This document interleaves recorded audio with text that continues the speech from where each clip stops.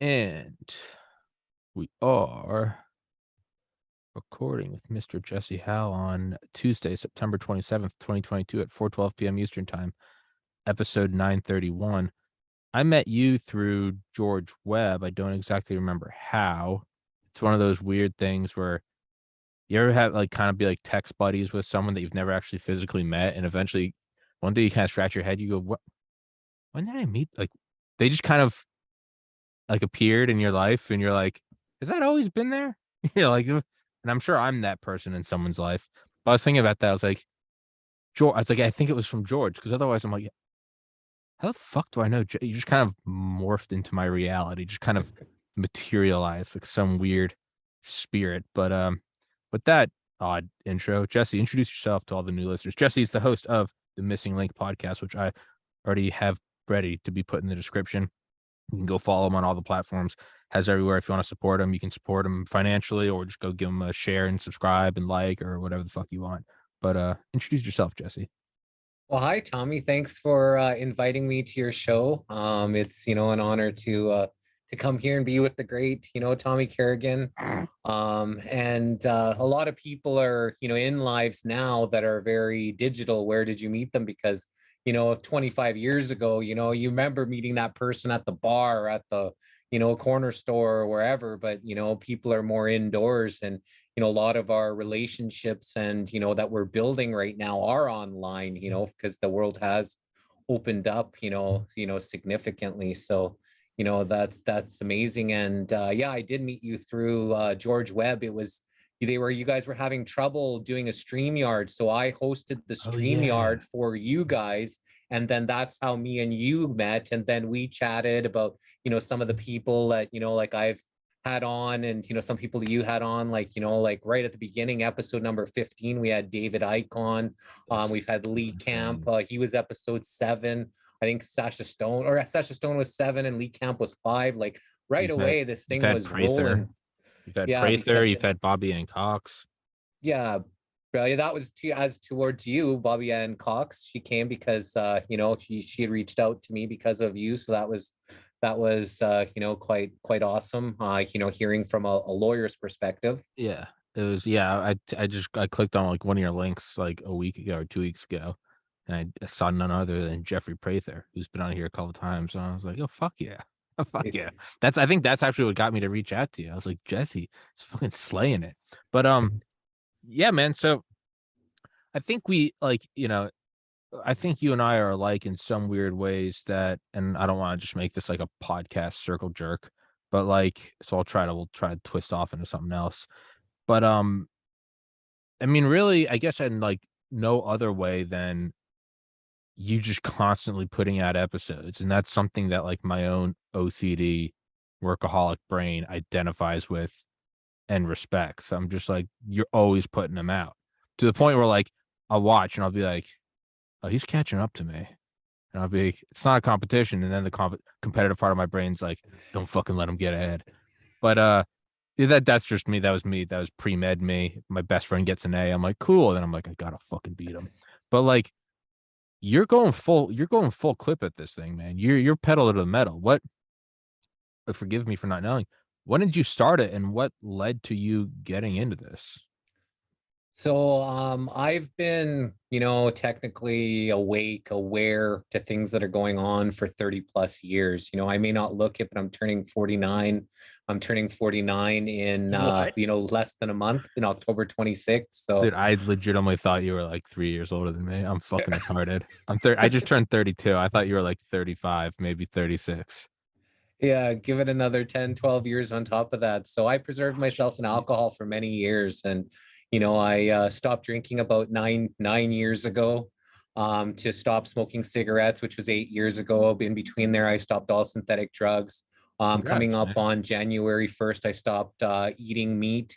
I've been doing a lot of things just to, balance myself, to better myself, and, just to come at this full force. So, 30 years ago, I remember, because I got kicked out of my house at an early age, and I hung out with a lot of rough and tough people. Like the gangsters all brought me into their little world and protected me and taught me how to protect myself and not get bullied like, I was when I was a kid. And, and learned, the way of the world. And I knew kind of what was going on. I was, had interest in politics, wanted to become prime minister and wanted to change things. So I was organizing these groups of these, let's take back the government.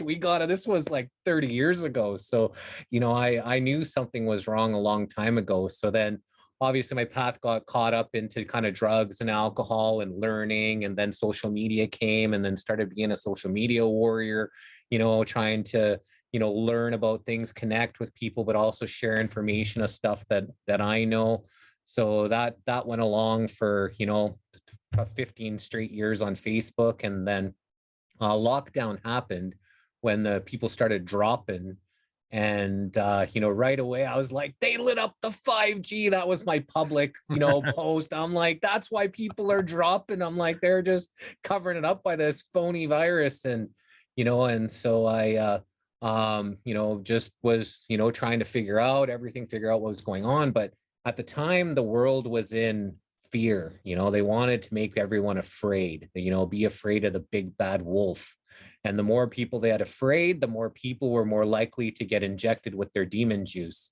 Yeah. And so I pivoted at that point. So instead of going deep into the conspiracy like I had for 13 straight years on Facebook, I created this thing called the High Vibe Love Tribe. So it all started when I like that. It started with David Wilcock was meditating for the earth. And he had this day on, I think it was like April 8th or something like that, meditate for the Earth Day. And I decided to go on live. And I've done lots of lives before, for years before that, but nothing really serious. And then I got on live and I got my Tibetan singing bowl, and I was ringing my singing bowl with them, and we were buzzing. And then all of a sudden 10, 15, 20, 30 people are on live with me, and they're like, this is great. You need to start doing this, come back tomorrow. We need something to pick us up. So then we created this thing called the High Vibe Love Tribe. So I went on live for the first year of the pandemic for 11 straight months, 7 days a week, from 2 to 4 hours a night. There was only 4 days in 11 months that we didn't make it because of connectivity issues when we were camping and traveling. Lord. 7 days a week to raise people's vibrations. So we turned on some techno music. I started dancing in front of everybody, just dancing, lifting weights. After I'm doing this every single day, I'm getting into like the best shape ever because I'm exercising for 1 hour every day. I incorporated weights into it.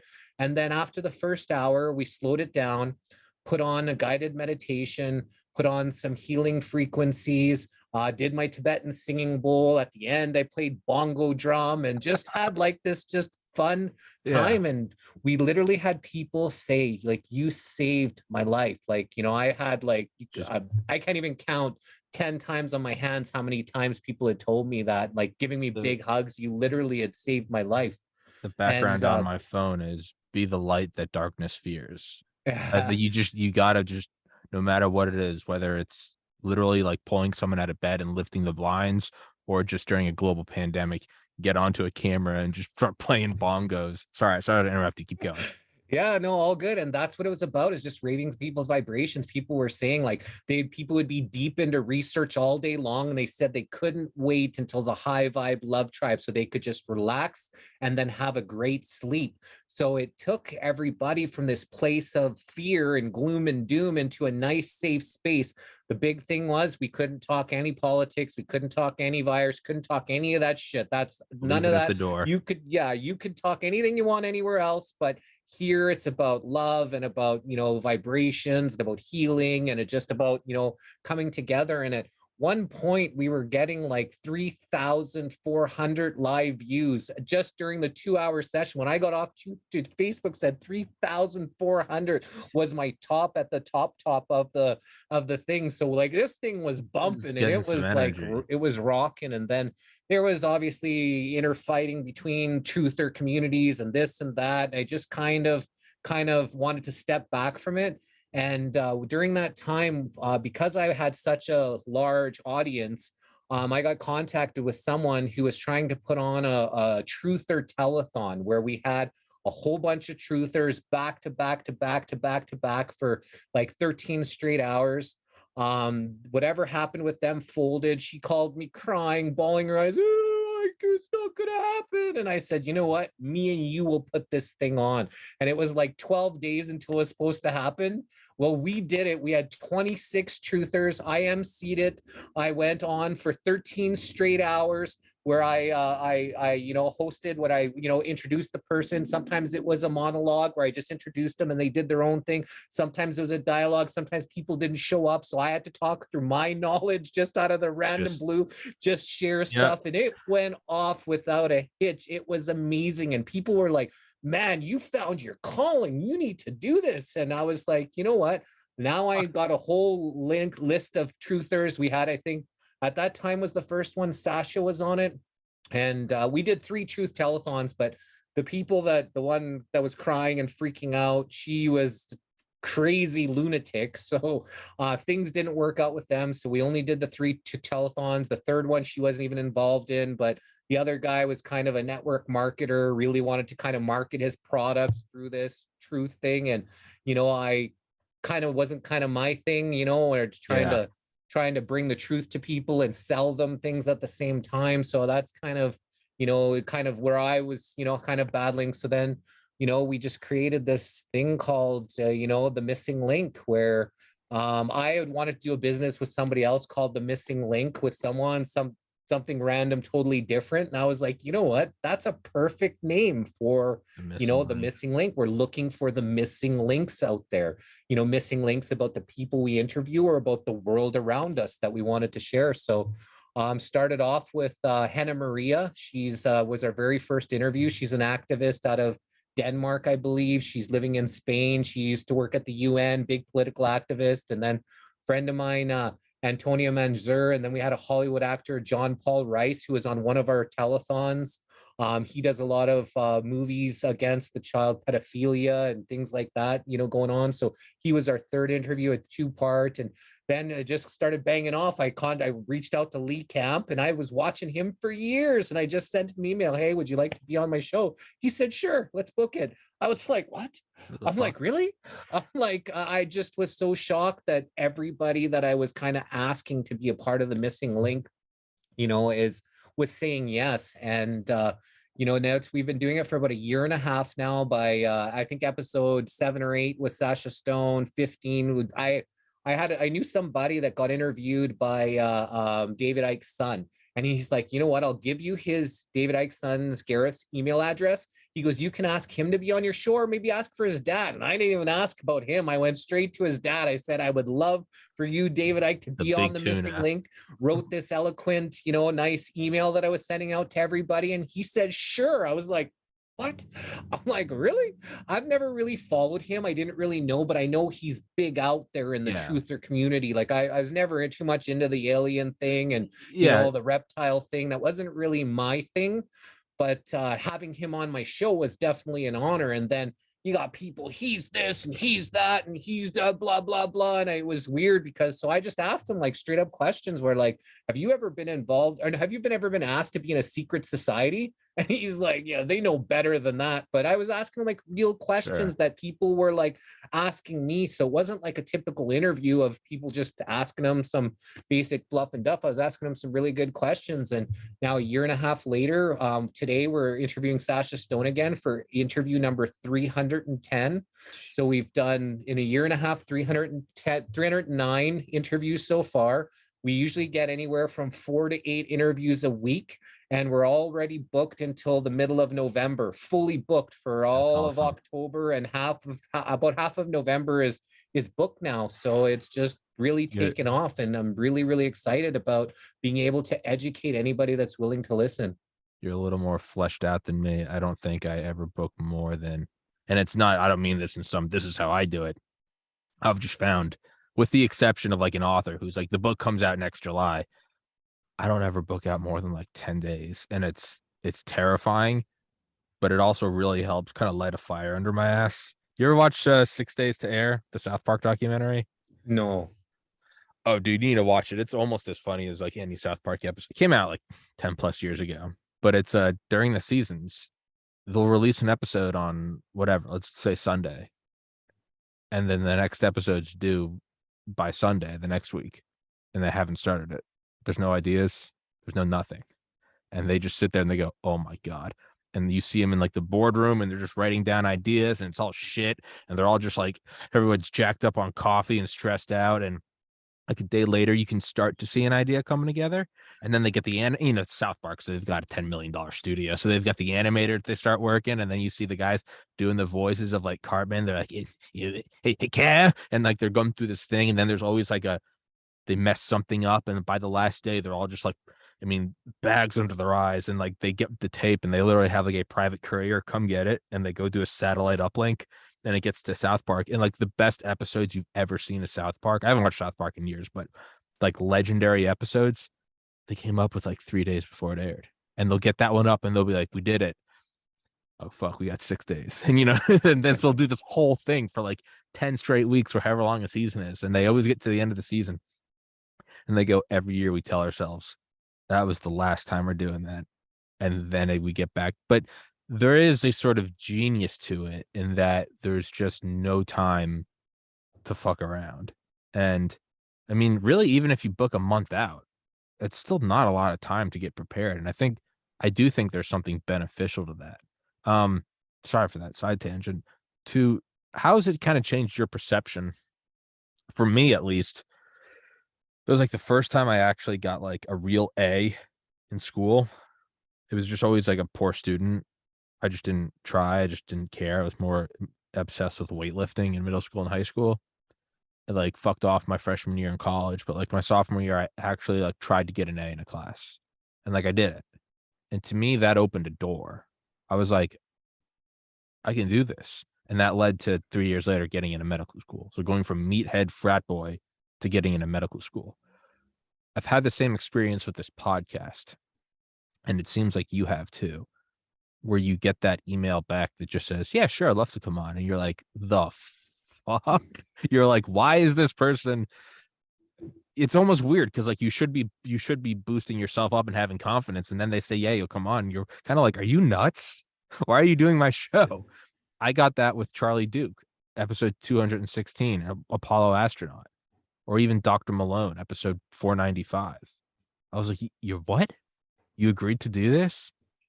All right. But what that's done, the whole point of that is it's definitely made it seem a lot more realistic. Like getting that first A, even though it was like a bullshit class, it was like whatever, like literature, whatever. I had to like write papers. I was like, well, I could do this for like biochemistry. And it seems like a big step, but you're like, I just did it. It's opened up this new world of potential.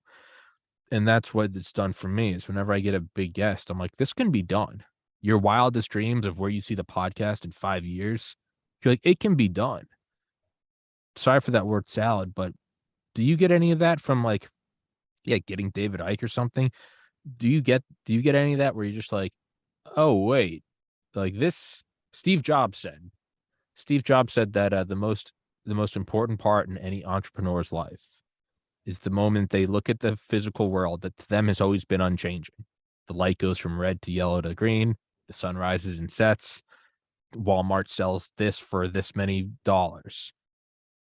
And then you poke it and it changes. And all of a sudden you see the price of something go down, or you release a product and now all of a sudden people start making touchscreen stuff. And you go, oh wait, this isn't a unchanging world. This is a fluid, anti-static world that you can play with. And then all of a sudden you go, well, the whole thing's malleable. And it just blossoms into some event horizon of like, I can change the world. Do you get that at all? Because I know I do, and maybe I'm just a psychopath, but I definitely get that from doing this podcast.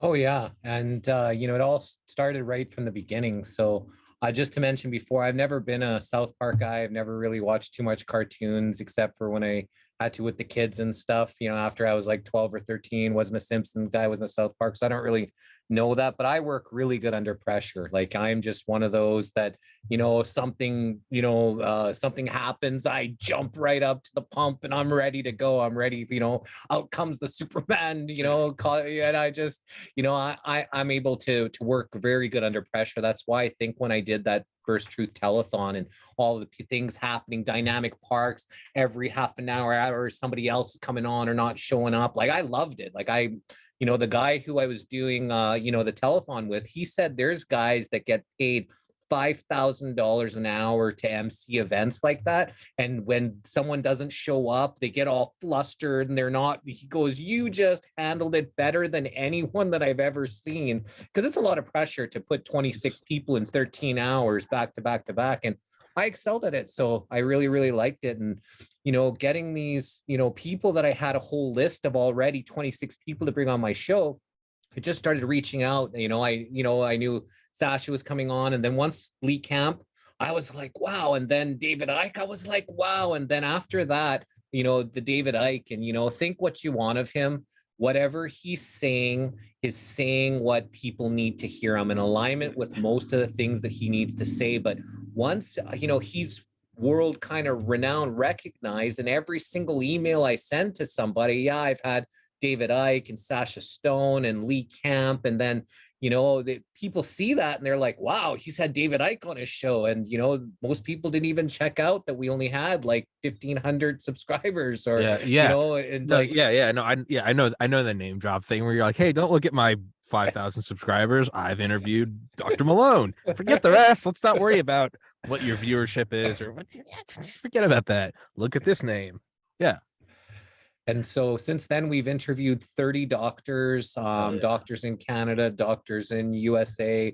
We just had Lee Merritt, a psychologist, I believe. Matthias Desmet.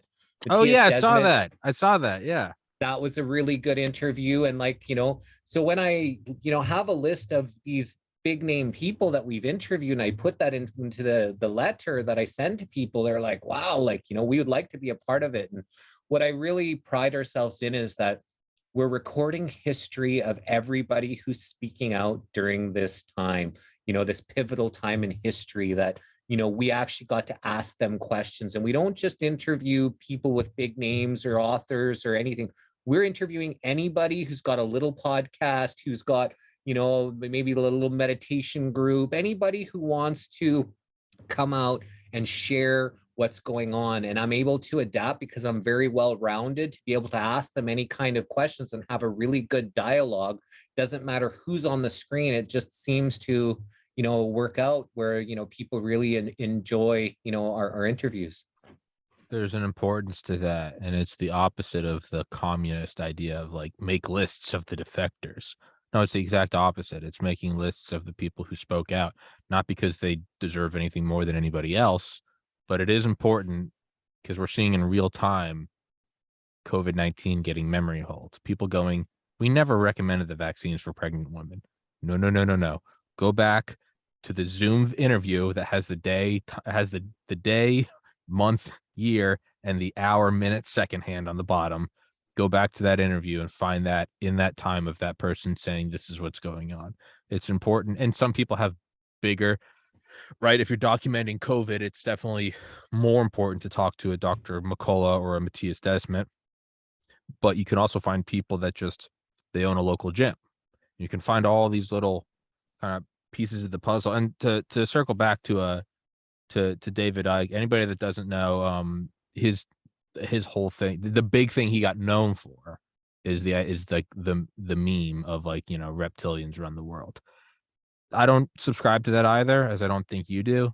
That being said, you have to give credit where credit's due, and the dude is an insanely positive you don't have to subscribe to the aliens and the reptiles eating kids, but you also can't deny when he's coming out and going like, people want you to be scared. They don't want you to be loving each other. They want you to look outside and be terrified. Don't give in to your anxiety. Step outside, look at the sun, call your mom. Like, remember that you have people that love. You can't knock that. You don't have to condone anything else he does. And I don't think anything else he does is bad. It's just not necessarily my cup of tea. So no, I'm with you on that. Like, you got to give credit where credit's. You don't have to like Joe Rogan. You know, the dude has a positive message. Like, you don't have to like anybody, but you got to give credit where credit's due. Um, and that is just fucking nuts that you got him. But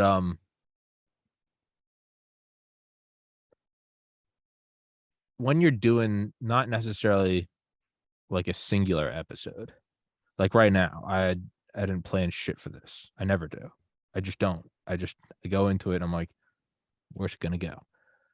There's also a bigger picture where like I don't necessarily plan like where the podcast itself is heading. I have ideas that time and time again I've learned mean nothing, and the universe just spits on your ideas and says bullshit. But it doesn't say that you won't succeed. It just says you're not succeeding that way. And it develops it in its own way. So like the podcast as a whole over hundreds of episodes, I see it like morphing and taking like new forms and going ways I never could have predicted. And even now, like I found a video of myself on one of my external hard drives from August 2020, and it was like my 1 year goals. It was just like a 1 minute video to myself. And it was like, I hope to be monetized by YouTube next year, and I hope to be doing this and that. And I was just looking at it and I was like, you fucking idiot. Like, yeah, I was like, I have a suspension, but I think freedom of speech is gonna win out. And I'm like, oh, you naive dipshit. Like, and then like just other little things I'm looking at. And then it's like, yeah, I'm on episode 100. I'm feeling pretty good about that. And I was like, I'm on episode 900 now. But I have to remember that I am that person. That's not somebody else. I am that person. And so I made another video just like 2 nights ago. I was like, these are my 1 year goals.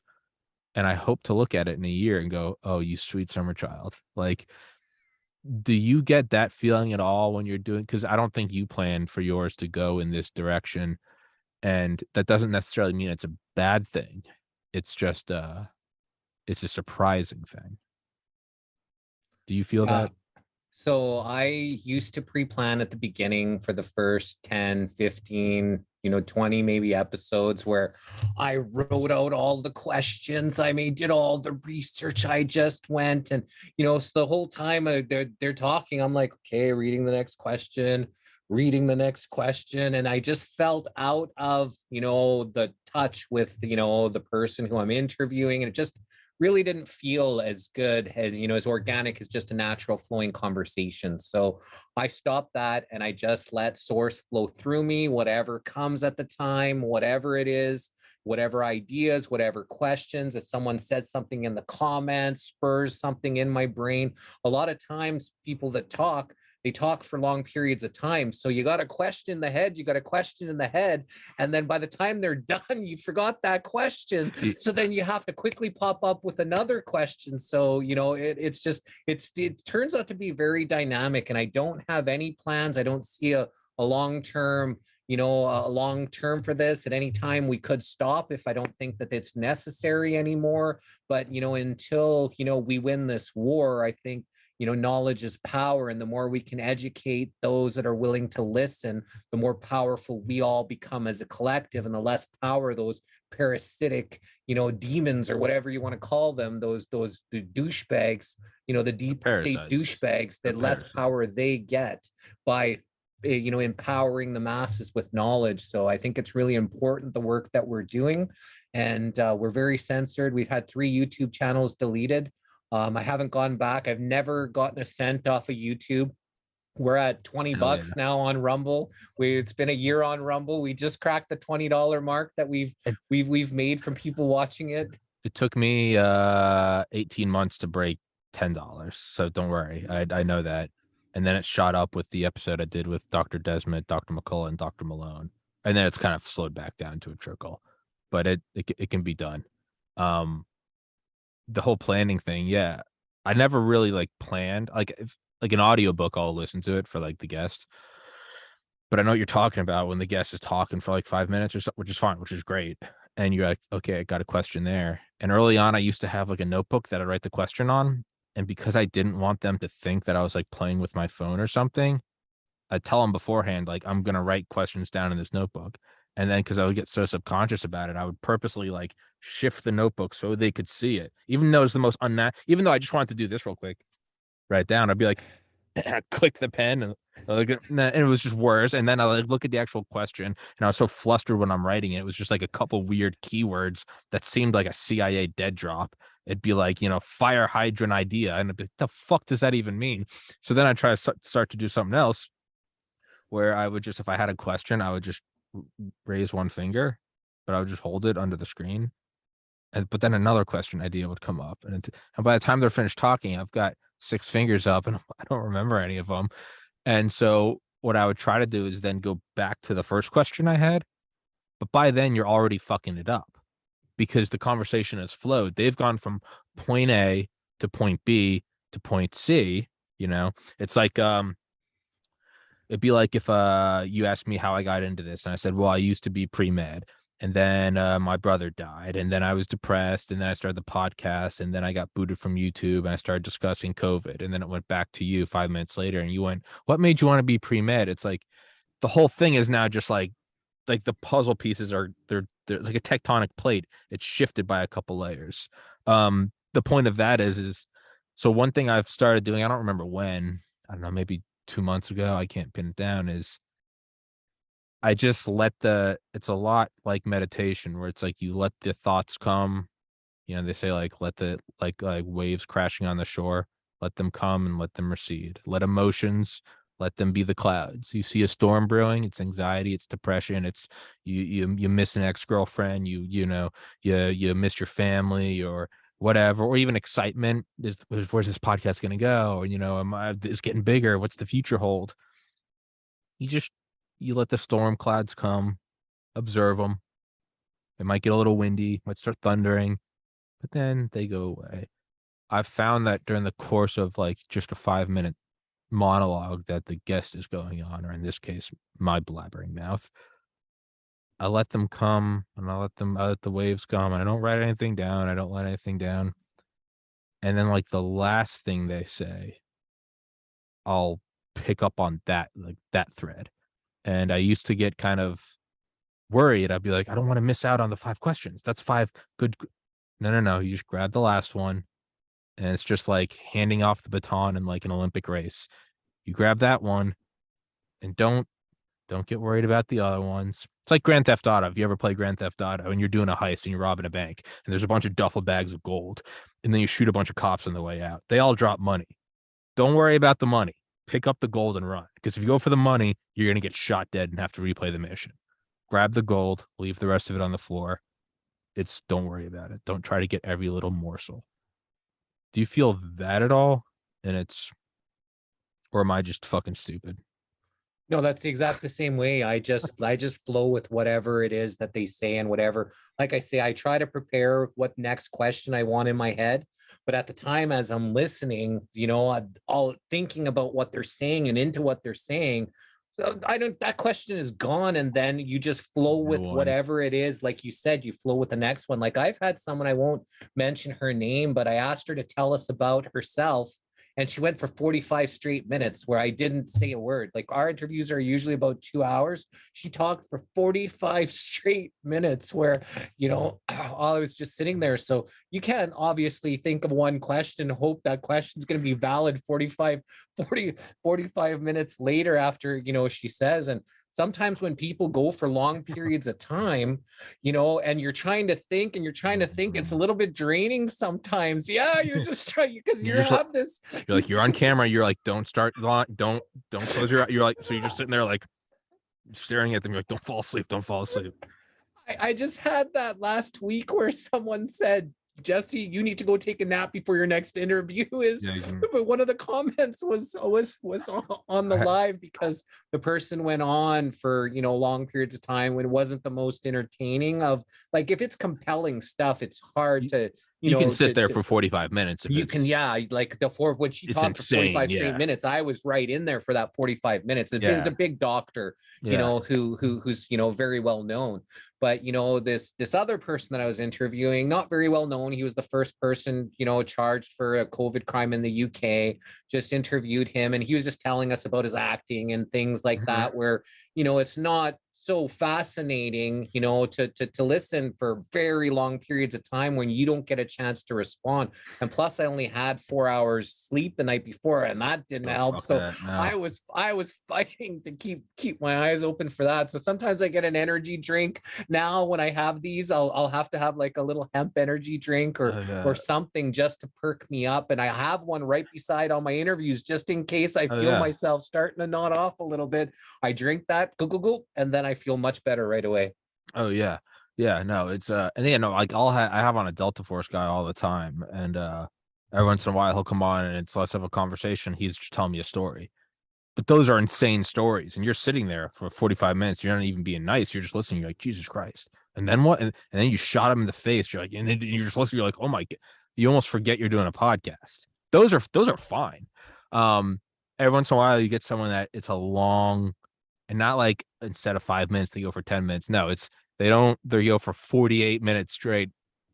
For those, I do hit this sort of acceptance level where after 10 minutes, after 20 minutes, after 30 minutes, I start to go in my mind. I'm like, that's what this podcast is now. It shift gears. You thought that you were going to do a leg workout, but all the machines are taken. So, all right, we're doing push-ups now. And you weren't expecting it. You weren't expecting to do push-ups today, but you're like, we got to pivot. Sometimes I'll be like, I'll have this idea of what's going on. And they talk for 30, 45, 50. And now you're like, there's a fucking fly in here. Now you're like, shift. Now I got to stay awake. You're like, that's just what this is. And you're like, okay, I'll ask them one more question. They're going to go for another 45 minutes. And you just kind of go, all right, that's not what I was expecting. Do you ever have, and to me, it's the worst feeling. And I try not to have, I've never had a bad pot. I can genuinely say I've never had someone on that I didn't ever want to talk to. There's some people that maybe they're a little boring and like, I'm not necessarily gonna go for a second interview, like, but I've never had someone on where I finished up and I was like, "Dude, fuck that person." I've just been lucky. 900. This is episode 931. I've never had someone on that truly I was like, "Dude, that was just, that was kind of fuck that guy." I've never had that, but I'm sure. Knock on wood, I'm sure it's coming now. But do you Hopefully ever? it's not episode 931. Hopefully it's not episode 9. A year from now, people are like, "You didn't have Jesse back on." No comment. You're like, oh, geez. But no, it's I have you almost had ever? one. Do you almost? All right. So yeah, tell me that. I almost had one. So we had Dr. Paul Cottrell on. I'm not sure if you know who he is. He's I very recognize out the there. name. He's very, very out there. He's a doctor of finance. I got his doctorate in finance, and now he's in medical school. Currently, getting his doctorate in, to become an actual medical doctor as well. So the first hour interviewing him, and we ended up having a 5 hour and 17-minute interview. But the first hour, it was tough. It was like because I asked him, what he thought about, the terrain theory and, the virus, potentially they've never isolated it. Terrain. He went Versus, off. yeah. That's dumbass truthers, and anybody's that doing that. He was very condescending. He was very kind of insulting that anybody, they're spent billions of dollars on these viruses, and there's anybody to say that these viruses aren't real, they're dumbass truthers. And my comments lit up. I had so many people that left. I can't listen to this guy. And it was really harsh for the first probably about 50 minutes. And then I just dug my heels in. I told him my position, what I felt. And then we had an amazing next 4 hours of a conversation. Hell just yeah. about everything. But if I would have, like, if I You had ended if you had it after caved. the hour and I would have just said, you know what, this guy's a jackass and I don't want him on anymore, we wouldn't have been able to get the true essence of You him and wouldn't have all got his to that. knowledge. We wouldn't have got the next 4 hours. So for all the people that left after the first hour, they missed out on it because he's a very smart guy. Sure. But he was just the way he was, a little bit condescending, a little bit, yeah, anybody doesn't believe that, dumbass truthers, and so a little bit insulting. And that's not the missing link. The acronym for link is love inspiring new knowledge. So it's about love, right? And that's what we're trying to do is bring out people's essence, who they are, in a loving way. And that's why I don't allow people to antagonize. I don't allow people to, to throw out bad comments and, insulting people. Like, that's not what you can insult anybody on their show, on, Mhm. wherever you want, but that's not what we do here. We're just trying to listen. Like, I've invited Anthony Fauci on, and if there was a Yeah, I've tried to get him on. yeah, and if there was people in the comments lighting him up, I would not allow that, Yeah. because it's about us asking him real questions in a respectful way. I don't care what you say on their show or on their emails or wherever they're doing whatever you want. You do whatever you want, just not on my show. I protect the person that we're having on. And the only person that I didn't really, kind of censor, like, to say you can't say these horrible things, was there was a doctor that came on with Judy Mikovits, and they are having a little battle, and he was talking, and so I put up his comments, and then she was responding to him because they were battling, like, while she was being interviewed. I think the third or fourth time she's been on the Missing Link, I think, quite a few times, 3 or 4 times, but the last time she was on, this guy just has a hate for her, and they were battling each other in the comments. And then finally, I didn't put his comments up, but I didn't block him, I didn't delete him, because he was valid to be able to defend himself from things that she was saying about him, right? So Yeah. he could defend, even though he was very like, that's lies and this. I just let him go, because she mentioned him, and they that it was kind of like the battle or whatever. And when I invited him on afterwards, he's like, "Oh, I'm not coming. You censored me." I'm like, "I didn't censor you. I just didn't post your comment on the Yeah. screen for her to be away from the interview and focusing on you, because I wanted to continue on with the interview and not, continue this, this gossip battle between the two of you. That's no, we're not a gossip show, right? I'm not Yeah. here to like air people's laundries and who's, against each other. Like, we're trying to figure out what's going on in the world and get to know the person better. I'm not looking to have a Jerry Springer, type of Yeah. podcast. I'll do that. I'll do that once I've gotten old and grown out of touch, and I'm just trying to milk the last couple dollars out of this. Once I've become as out of touch, like, to like, when you see like Howard Stern like being like, Joe Rogan's a misinformation agent. It's like, dude, he was before my time, but I'm still just like, dude, what the fuck happened to just like being hardcore like rap? But that's another thing for another time. You're more. I guess I'll give you balls for that. Is you do yours live, which is one, just a whole bag of, like I told you, I don't plan for mine, and I never edit anything out unless someone asks me. Like, maybe they have like a kid and they accidentally mentioned the town they live in, and they're like, "Can you edit that out?" I'm like, "Of course. You don't need some weirdo coming to your town." Um, but I've never edited out anything I've said. I've never gone back and removed anything. The reason why I don't do mine live is for the guest, because a lot of people, it's the first time they've ever done an interview, and I'm like, "Hey, it's not live. We can back up, we can whatever." You kind of walk them through it. Um, but never in a million years. If I ever did do them live, I don't think there'd be a problem, especially if it was like return guests. Like if you and I did a live episode, no part of me is going to be like, what if Jesse said, I don't give shit. Like, and plus you don't represent me. If a guest says something bad, I'm like, that's them, not me. But man, I would never, and I've had people ask for it, and the answer is no fucking no. I would never have a live comment. Like, what is it? Super chat? Is that what it's called? Or there's a live comment feed? Yeah, it's just the That's comments that come fucking up, and then I bring them up, and then That's Wild West saloon shit. I sometimes mean, it distracts people where I could see them looking, like with George Webb. He's like, "You're doing those comments too fast." He's trying to read all the yeah, comments dude, that I'm I putting don't. up, but I, because we're live on, the only place that can show the comments right now, we're Facebook and YouTube, but YouTube I'm no longer on. So the only place you can comment on that it shows up is Facebook. So, but we're also live on Twitter, and we're also live on Rumble. And if you comment on Twitter, you comment on Rumble, I can't see that yet. Rumble is going to have the comments soon available on StreamYard where I can pop them up. So it'll be a little bit more dynamic, but it's not there yet. So I like other people to see what other people are commenting and just kind of to make it kind of dynamic on all the different platforms, right? So it just kind of it's a little bit different. I run the show a little bit different than most No, other I respect it. podcasters do. I respect it. And I your advice was great, but I like kind of this Sure. dynamic where things are just kind of flying, and it just kind of adds to the whole ambiance of Sure. the missing link. It adds a unique flavor to it. Like I look at and he's wildly successful, and it takes a whole lot of ego to even use his name when we're discussing our channels. But I look at someone like Lex Friedman, who I love. I think he's brilliant. His are like very well produced. They're talking about this and then this and then this and then this. There are questions, there's like research, there's papers on that's great, but it's not for me. And and almost embarrassingly so, it took me a long time to realize, like, it's okay to do things differently.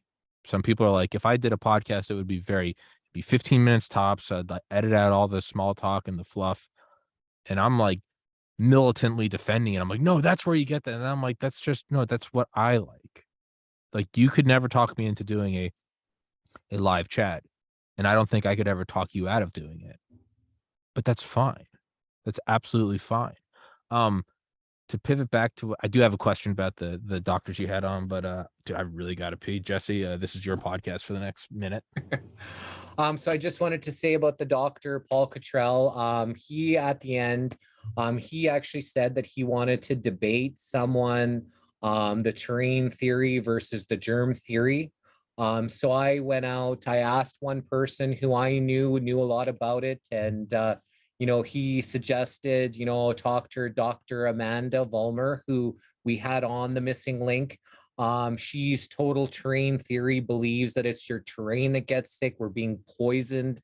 There isn't somebody sneezing on you that making you sick. If you're being poisoned by your food, your air, and your water, hence your body's got a detox. That's why you're getting sick. So on interview 200, we had a debate with Dr. Paul Cottrell and Dr. Amanda Vollmer, and it was epic. If you guys get a chance, you don't know much about, the terrain theory, germ theory model, check it out on Rumble. It's T Missing Link, the Missing Link, but T Missing Link. And it's interview number 200 with Dr. Amanda and Dr. Amanda Vollmer and Dr. Paul Cottrell. So definitely worth it. It was about 2 hours.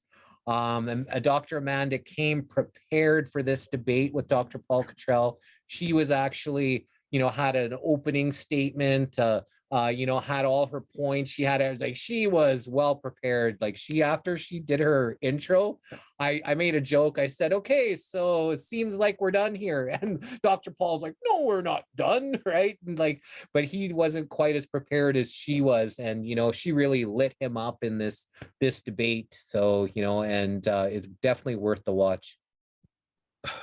I know one thing that's really helped me is having on someone that I'd maybe disagree with.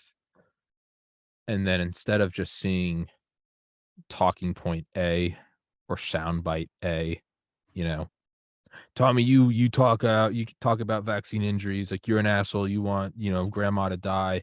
And I'm looking at them and I'm like, dude, you're for this thing that wasn't ever even studied and it's blah blah. And if you just look at that, you're like, you just plant your feet and you go, fuck this person. But if you have that person on and you guys talk for 2 hours and then you start to see where they're coming from, you're like, oh, this guy's 59. Oh, 10 years ago, he had a stent put in its heart. He sees his dad every weekend. And his dad's 81. Oh, yeah, he probably does look at me and like, oh, you're just some cocky guy 30 years younger than me who think you know what's best. And then that person sees where I'm coming from. And like, I don't want anything to be censored. I do, I do have at least a biology degree. I know something. And you start to see each other more and more. There is kind of a beautiful moment where I think Ronald Reagan actually said it for all of his setbacks and flaws and whatever the fuck. I think he's cool. But he had a great line. And he was like, one day, I forget the exact line. It's like maybe one day Johnny and Susan will be on a double date with like Igor and Ivana. And one may think there should be more state involvement in their life, and the other maybe thinks you should be free. But ultimately, like they both enjoy dinner. They both enjoy like having a cigarette after dinner under the stars. They're both talking about how they have a babysitter at home watching the kids. They're both talking about, oh, I hope to retire in this number of years. And they both talk about, my parents are getting up there in years. And then you kind of come back towards the center and it's like, what's the thing we hate each other about? And I've definitely had that multiple times where my mind hasn't necessarily been changed, and I don't think theirs are changed. But you do stop seeing someone as just that's a libtard or that's a conservatard. And instead you're like, oh, this is an intelligent, coherent, respectful person that just so happens to like the color green and I like the color yellow. It doesn't mean that we're bad people. It just means, oh, agree to disagree. Do you have those experiences at all, or Oh again, yeah. am I just a pussy who gets pushed around? No, most of the people that we've had on the missing link, I'm very much in alignment with what they're saying. I'm very, there isn't a lot of, kind of disagreement. I'm just open to them and their ideas of what the world is and what's going on. I'm very in alignment. But I had this email come out of this author, and his name was Brett Hamachek, I believe, and he was involved with Charlie Kirk earlier on before Charlie Kirk got his big thing. But and he's, it said he's open for podcasts. And so I reached out. I didn't know nothing about him, brought him onto the show, never heard him speak and never even knew anything about him, brought him onto the show. And he was very much not in alignment with me or the things that I believe. Listened to him. We had healthy debate. I told him that I disagree with things, and he said, he goes, this was really amazing. It's amazing to be able to sit down and talk with someone that doesn't agree. We're not in alignment with a lot of things, but we could still have a healthy discussion about these things without the name calling, without, how people just all of a sudden, I hate you because you fuck that guy, or, like, and Yeah, it's just like, the biggest thing is if you have respect for yourself, then you can have respect for other people. And, knowing that everybody's got to their road because of whatever journey that they've whatever been life on. is. Yeah, And, some people have been, born with the silver spoon in their mouth, and some people have grown up on the tracks and pulled themselves out. You don't know what the person's gone through, where they've been religiously indoctrinated, or where they got beat as a kid or molested as or a yeah, kid. And, raped, or yeah, and any kind of shit can happen to people. So we're all just people. And I try not to classify myself into the groups, into I'm this. Like I said, when I stopped eating meat, I'm not a vegetarian. I'm definitely not a vegan because I still eat eggs, and I would never stop eating honey. I think that's one of the stupidest things I ever heard. It's, oh yeah, it's bee vomit. We that's can't touch it. yeah. It's like You're just not eating meat. That's just you. I just stopped eating meat. I just Yeah. stopped drinking alcohol. Like I don't I, say like I'm the left or I'm the right or I'm this, because that's what they want us to yeah, classify. And when you say you divide yourself from yourself, as soon as you say I'm this and I'm that, now you're dividing you are. yourself from the collective. You're your own island in an ocean of people where we're all flowing here together. So let's just flow together and stop the labeling, stop that I'm this and I'm that. There's a small group of parasitic, scumbags.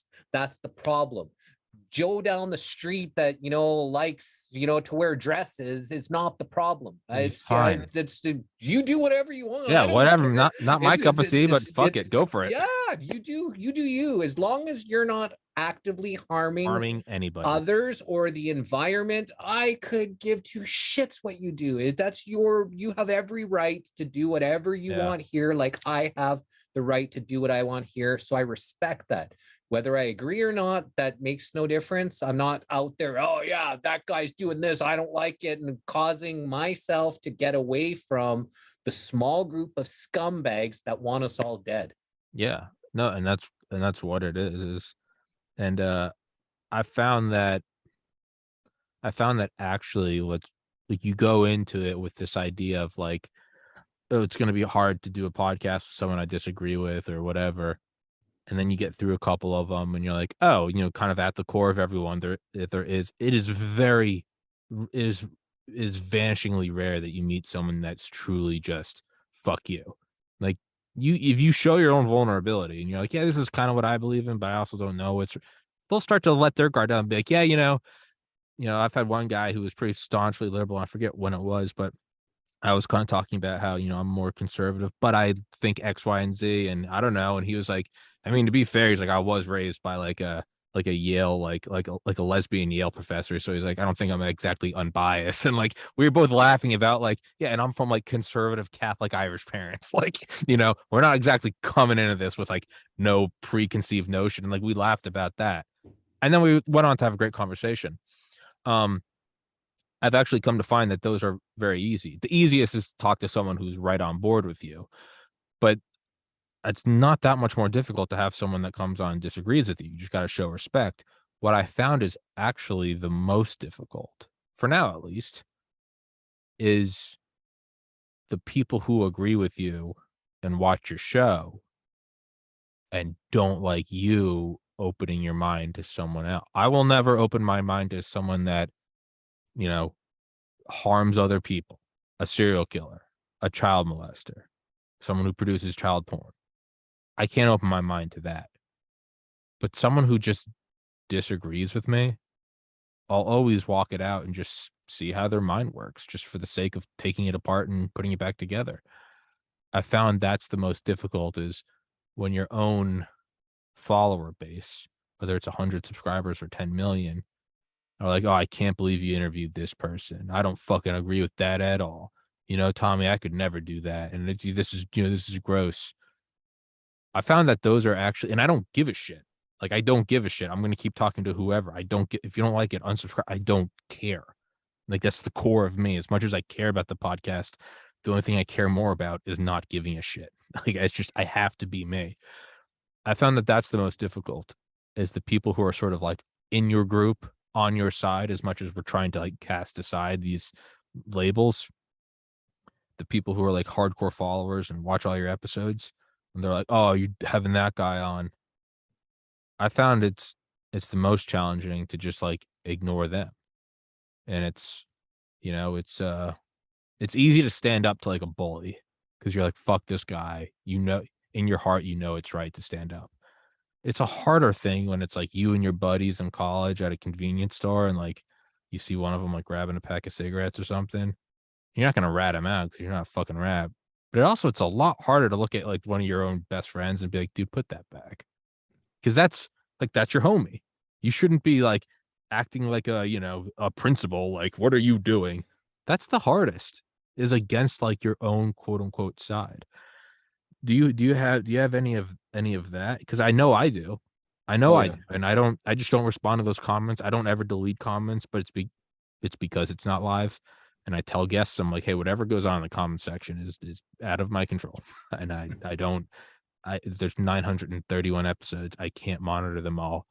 I don't give a shit. So, but do you get that at all? Yeah, recently we had Carrie Cassidy as an example from Project Camelot. She's been interviewing people for, you know, 20 years, 15, 20 years. So she's interviewed all kinds of wild people. And there was someone in the comment that was just going off, and he was just like, she's this and she's that. And like, this is someone who had been a supporter of the missing link for maybe 6 months, 8 months. I don't even know. For a long time, this person has been like a nice and respectful person.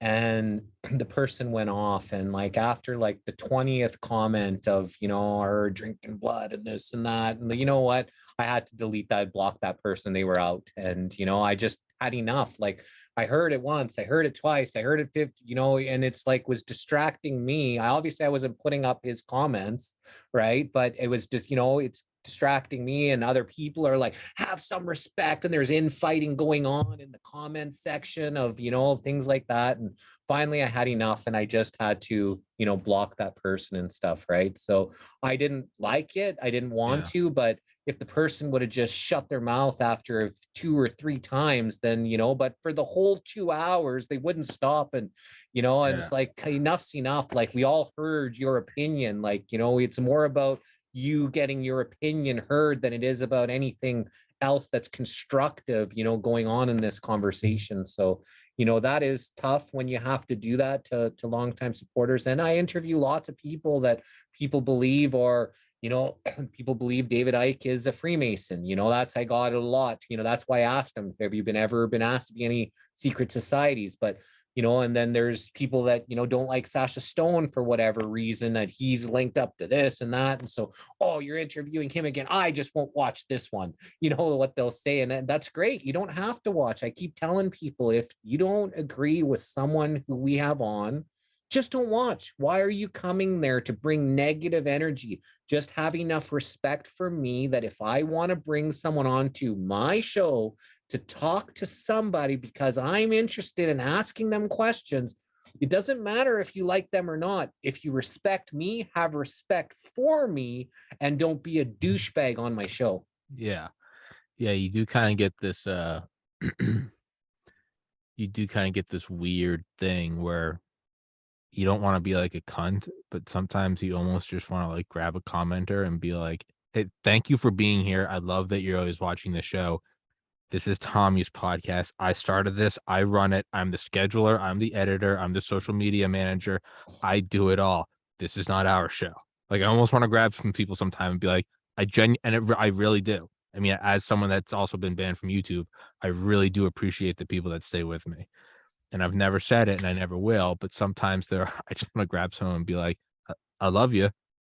This is not, this is not Bob and Tom's show. This is Tommy's show. And, um, lastly, to kind of pivot from there, and I remember I started, and I always sound like such a hipster douche when I say this, but like I started listening to Rogan in December 2011, which I think was like less than a year after he started. A friend sent me a link, and they're like, "Hey, it's the Fear Factor guy." And I vaguely remember like listening to it, and I was studying what classes I taken. I was taking general chemistry 2 in my first semester at UGA, University of Georgia. So it was first semester junior year, towards the end, December 2011. And I remember listening to it and I was like, "Oh, I like this." It was like a clip. It was like a 10-minute clip. And for like the next 2 years, I would just find more 10-minute clips from him. I'm retarded because I didn't know he had a podcast. I thought these were just clips of him on like radio shows. And I was like, "Oh, this guy's got he's really getting around there." And I finally found out he had a podcast, and it was so weird to go and find these episodes and find the clip within them that I had listened to so many times I had memorized it. I started listening to him, and I really probably up and through like 2014, and then I kind of trailed off. I never stopped liking him. I just kind of went and did something else. But I remember him talking in like 2013 or 2014, and he was talking about how his mind has changed about conspiracies. Because he goes, once you see a conspiracy about you, then it shifts everything. And he was like, they think I'm a CIA plan. He's like, I'm sponsored by the Fleshlight. Like, what the fuck are you talking about? When I've had people comment, like, you know, well, he's in with Dr. Malone. He's always having on these former CIA operatives. Like, I don't trust a goddamn thing Tommy says. And then I'm like, I'm literally in a closet like room with blankets hanging from the walls to suppress the noise, wearing slippers. Every podcast at some point just throwing it over to the guest as I go take a piss. I know the challenge of, for every awesome yes response email you get, there's a million that say no, or actually they don't even respond. And I'm barely piecing this thing together with band-aids and bubble gum. And then you get banned from YouTube, and it still takes a year to sort of recover from that. And then people are like, it's so clear that this is a Mossad operation. And I'm like, hold on. And then I'm like, what conspiracies do I view? That doesn't mean conspiracies aren't real. I'll be conspiracy theorist to the day I die. But it also does shift my mind a little bit when I'm like, okay, there are things in the world that someone is looking at us talk about, and they're like, these retards really don't get it. Like, this actually just did happen. Have you had that at all? Have you been accused of a conspiracy yet? And your thoughts on that?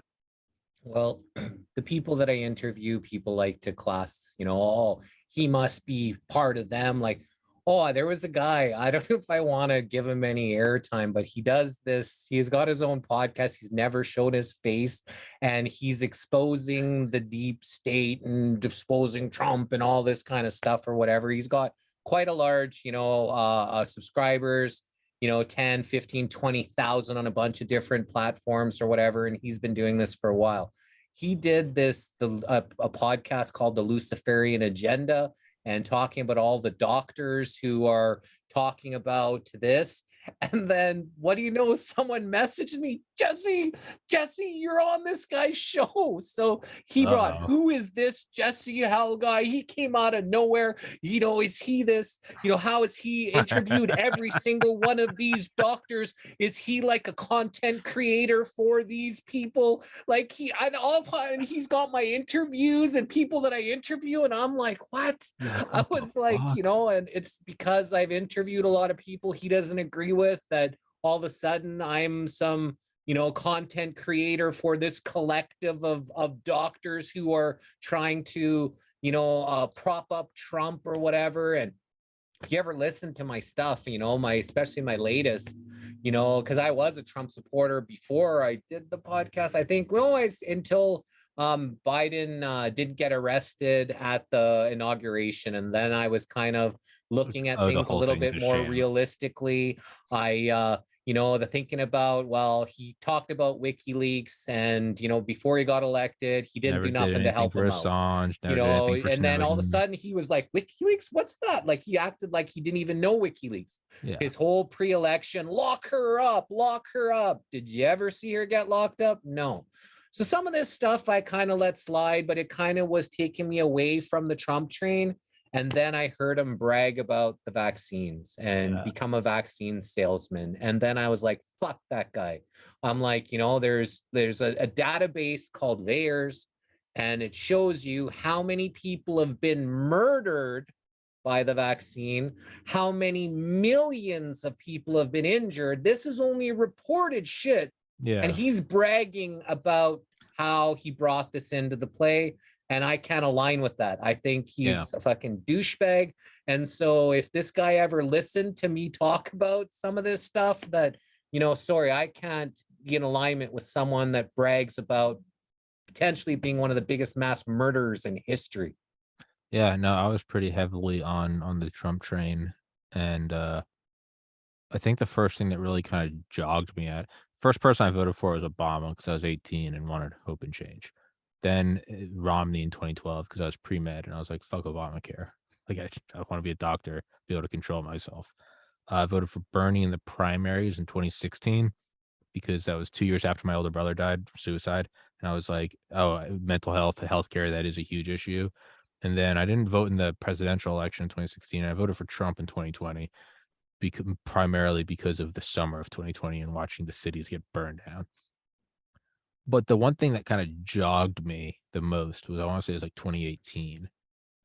It was, like, when he sold, like, $20 billion of weapons to Saudi Arabia, and I was like, "Hold the fuck on. There's not a sea change here." Like, didn't pull us out. I know he had the plans for us to be gone, but we were still in Iraq his whole presidency, and then that's when you start to go, "Oh." And, it doesn't it's the word what's that Mark Twain quote? "It's easier to fool a man than to convince a man he's been fooled." It doesn't feel good to look back and go, "Fuck, I was wrong." It's the worst feeling in the world. But for me, at least in my own podcast, I've also used that as a learning stepping stone and also as a way to put down the ego and to feel the sting of vulnerability, because beyond that, that's the pain that precedes growth. And when you go, "Oh, I'm gonna leave those episodes up of me cheering for Trump." You're right, because then I look back and I'm like, and I look like a fucking idiot. And I'm sure that there's a stance that I hold right now that I don't even know what it is, that in 5 years I'll be like, "I can't believe I said that with Jesse. I was so fucking stupid." but I'll continue to leave it up because not just for the podcast, but it also allows me to see that in other people where I go, oh, this person believes X, Y, and Z, and I think they're an asshole. How do I not know in 5 years that Bob, who I think is an asshole, I'm gonna meet Bob and he's gonna have a 2-year-old kid and he's married. He's like, yeah, man, I remember back when I was 23 and I was involved in that. And I'm like, oh Jesus. He's like, I can't believe I went and was taking part of Antifa. I should have got my ass kicked. And you're like, that's just a guy that, like me, fucked around and learned a lesson and grew from it. That's a huge thing, I think that's probably the most beneficial thing I've learned from the podcast. Not learning to keep an open mind against people with different views from me, not even learning to stand up for keeping an open mind around the people that support the podcast who don't like me having an open mind. I'd say the most important thing I've learned is, like, looking back at my own episodes and seeing me, nobody else, seeing me fiercely defend one point that just 2 years later, I'm like, you're wrong. You're objectively wrong. And I'm like, and then I have compassion for myself. Like, oh, well, you were growing. A lot of things were going on in life. You have to apply that to everyone. Everyone has a lot going on in life. It's so easy to be like, well, this person doesn't understand what's going on. Everyone has a family member who's dying. Everyone misses a family member. Everyone has a date that their grandma died. Everyone remembers getting their heart broken. Everyone has the same stresses. Everyone's worried about putting money away. Everyone's worried about, are they fucking depopulating, demolishing the world? Everyone is worried about this. And I have to go, this isn't Planet Tommy, and this isn't the Truman Show with Tommy. I am one piece in a giant game. And if I can show myself compassion and love, and instead of looking at something as being a young asshole, go, no, you're learning and you were scared of the world and you're probably lashing out. It then allows you to look at others that way and go, maybe that guy's just learning right now.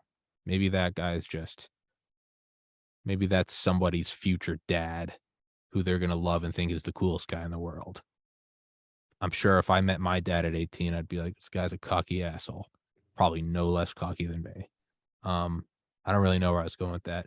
Well, I just wanted to say the Sure. biggest thing, what I think is holding people back is the ego, because most people don't want to admit that they were wrong. Most people don't want to admit that they were fooled.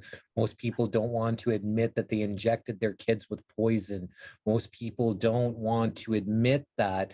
And so it's easier, like you said, the twain, to live this lie than it is to, admit, that you had the truth. And like back with Trump, I watched The Apprentice. I always liked Trump. And because I knew everything was going on in the world when, Hillary and him were going battling, I spent every single night for probably 6 months straight. I'd smoke a big joint. I'd write some eloquent, thing about how horrible she is and exposing and connecting her to who.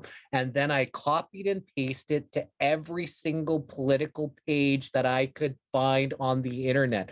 A lot of the shadow banning is what's happening is because of this guy here, because I literally had people say to me, how many times have you copied and pasted this thing? This is like the 5 or 6 place I've seen it. I don't know. I lost count after 30 or 40 times. But I did this every single night, night after night after night, so I could show people how horribly evil her and her little scumbag crew is. And I made it a point. Wasn't talking about the greatness of Trump or this. All I was doing was letting people know how evil her and all their parasitic scumbags are. And I did that for the whole entire time until the election. And then once he got elected, I was like, wow, I'm like, she was supposed to be a shoo-in. And then, then I got into the Q thing and, all the stuff that was going on, had hope and faith that this is all going on. And hopefully there is still some good guys out there that are stopping these parasitic scumbags. I hope there are. And I'm not, if I like right now, I'm kind of detached myself a little bit from it, but I can admit that, when, he I was wrong. I was wrong Yeah, about, you it know, that, hurts. and I have no problem doing that. And I think that shows, that humility shows other people that it's okay to admit that you're wrong when you're You, coming in a yeah, point. And my girlfriend said, you know, the other day to me, when I was having someone on and being able to healthily discuss things in a healthy way, even though you disagree with them, it shows people that you can have these healthy discussions and you can have these arguments or these debates with people, but do it in a way where people were like, wow, that's great that they're not at each other's throat and they can actually still respect each other, even though they don't agree with them. I think that's beautifully said. And I think most importantly is then you start to come away from this idea of like, well, Trump's not going to do it, and Q's not going to do it, and this isn't going to happen. And there is sort of this almost spiritual thing, and not like a megalomaniacal, like messianic complex sort of way, like I'm God, because you can't go down that rabbit hole. That's a bad one too. You end up walking into a store naked with a shotgun. It's you do start to get this thing where you go, no one's coming to save me. I have to stand up for myself. But I can't save the country. Well, no, I probably singularly can't, but there are some things I can do. I'm on, it's 30, I'm on 38 days of no alcohol. And I don't think I had a problem with it, but I just had a panic attack and after drinking one night and was like, it's got to go. It has to go. And exercising, losing weight. I've lost about 20 pounds this month, cutting calories, really upping my meditation game, trying to bring down video game time. I don't think there's anything wrong with video games, but just give yourself some time to fall asleep, turn off the blue light. Um, does that mean that that's going to save the world? Probably not. But there is a beautiful moment where you go, no one's coming to save. So this is one way I look at it. I go, let's say we beat the Great Reset, right? A bunch of patriots do exist, and we stop the World Economic Forum, and that's great. That's not something that pretend is nothing. That would be wonderful. We have a future, and then what? Well, you still got to diet if you want to lose some weight. It's like you still got to get better at balancing your budget if you want to be able to retire, go on a vacation, or you do philanthropy or give it to a homeless shelter. There are these things where you go, the biggest things affecting short of nuclear war or a lab-made bioweapon, it's not gonna be from Trump or Biden or Trudeau or Klaus Schwab. It's gonna be because, like you, like 10 years on just, "Yeah, stop drinking." 9 years of no more cigarettes. No one's doing it for you. And like you said, where you got to sort of get detached from it. That doesn't mean stick your head in the sand and not pay attention to the world because that's bad. That's what allows the world to go off the rails. But also understand that there's so much within your immediate universe that you can do. Don't get sucked into the black hole of, oh my God, the world's over. There's, they're taking over the world. It's the end.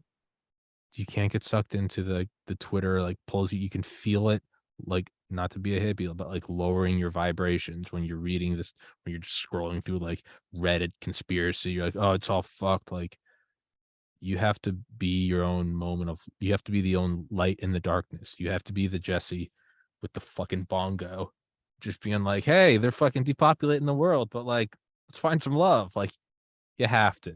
And maybe you are just the band on the Titanic, but you also might not be. You also might actually lift people out of something. And that's very real. But Jesse, because I'm a terrible host, I have another guest that I have in like less than 60 seconds. So we got to wrap this one up.